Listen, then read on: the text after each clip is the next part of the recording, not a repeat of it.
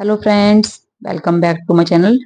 तो आज मैं लेके आई हूँ आपके लिए एक और नई कहानी। कहानी का नाम है जिंदगी की दास्तान। तो जिंदगी की दास्तान भी कितनी अजीब है, कब क्या हो जाए पता ही नहीं चलता। लेकिन ऐसे समय में लोगों के चेहरे पर लगे मुखौटे खुल जाते हैं, फिर जो रूप सामने आता है वह बहुत ही घिनौना और अप्रत्याशित होता है। ऐसा ही तो कुछ नीता के साथ हुआ था। ऐसे व्यक्तित्व की धनी थी कि जो भी देखता देखता ही रह जाता, रूप के साथ सर्वगुण संपन्न।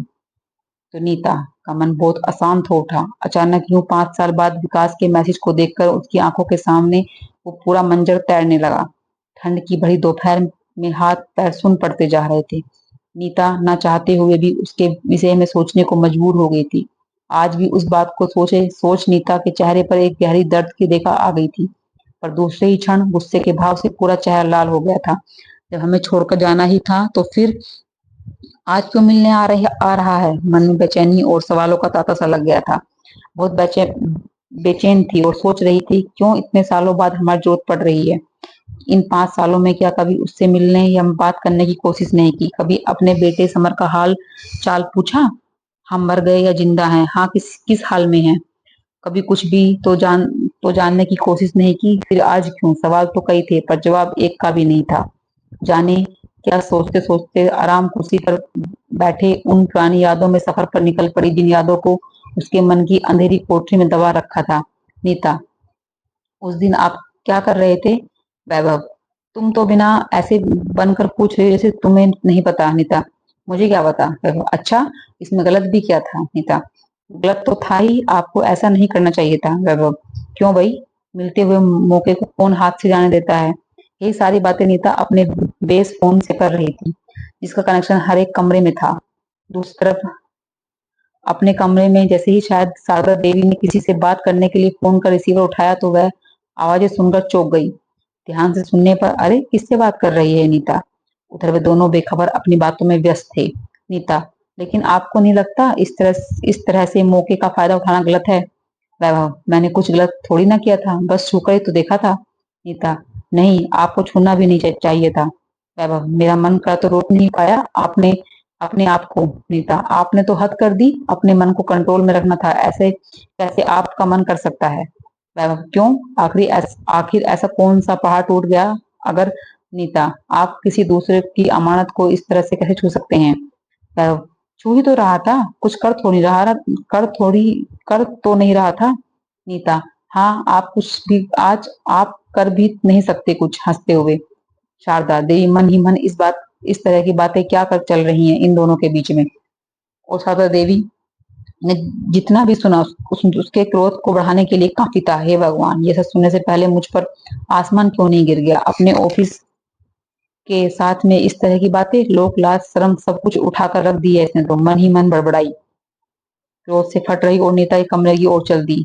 आने दो विकास को, वो अभी खबर लेती हूँ। कुलमुही की, अच्छा, ऐसी क्या बात है? चैलेंज कर रही हो? नीता, नहीं वैभव जी, चैलेंज नहीं कर रही, लेकिन सामान्य सी बात है। आप किसी के फोन से उसके मैसेज को बिना उसकी सहमति के कैसे पढ़ सकते हैं? वो भी मेरे और विकास के बीच के। जल्दी जल्दी में से मैं अपना फोन को ही डेस्क पर भूल गई थी। क्या करूं? स्क्रीन पर विकास की भेजी हुई सुंदर सी इमोजी देखकर मैं अपने आप को रोक नहीं पाया।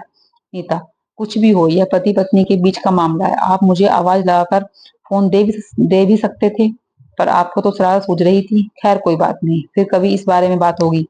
रखती हूँ, शायद मम्मी जी आवाज लगा रही हैं। कहकर जैसे ही नीता ने रिसीवर रखा, तभी गुस्से में शारदा देवी उसी कमरे में पहुंची।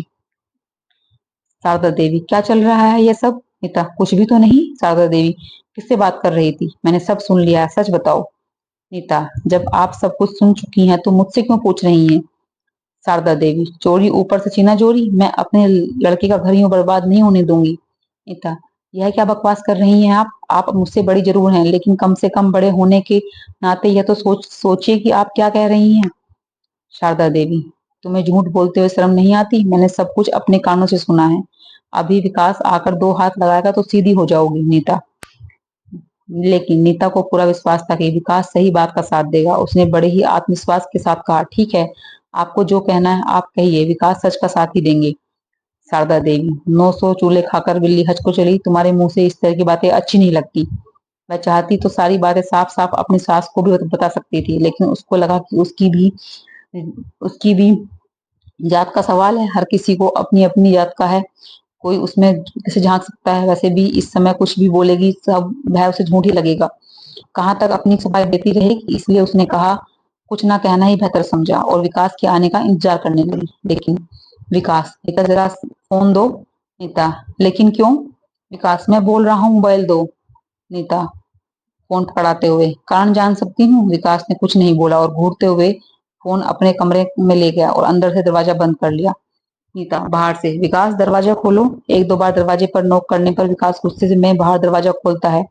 विकास, तूने इसमें पैटर्न लॉक क्यों लगाया है? क्या पता क्या है तेरा पैटर्न लॉक? नीता को विकास की इस तरह से बोलना बिल्कुल भी अच्छा नहीं लगा। उसने भी उसे गुस्से में जवाब दिया, नीता नहीं खोलूंगी लॉक, ये मेरा फोन है, मैं इसमें कुछ भी करूं। कौन होते हो तुम मुझसे पूछने वाले? विकास का हाथ मरोड़ते हुए, क्यों नहीं खोलोगी इसका लॉक? इसलिए ही ना कि मेरे तेरे आशिक के मैसेज कोई पढ़ ना ले। नीता, कुछ तो शर्म करो विकास, इस 8 साल की शादी में तुम्हें मुझ पर इतना तो भरोसा नहीं हुआ। विकास, भरोसा है तो क्या भरोसे के लायक है? नीता, मैंने कभी सपने में नहीं सोचा था कि तुम एक झूठ पर इतना शोर करोगे।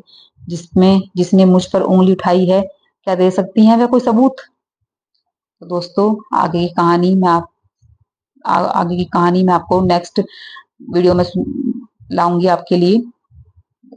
उसे देखने के लिए आप मेरे चैनल सब्सक्राइब करना, लाइक करना, शेयर करना। Thank you.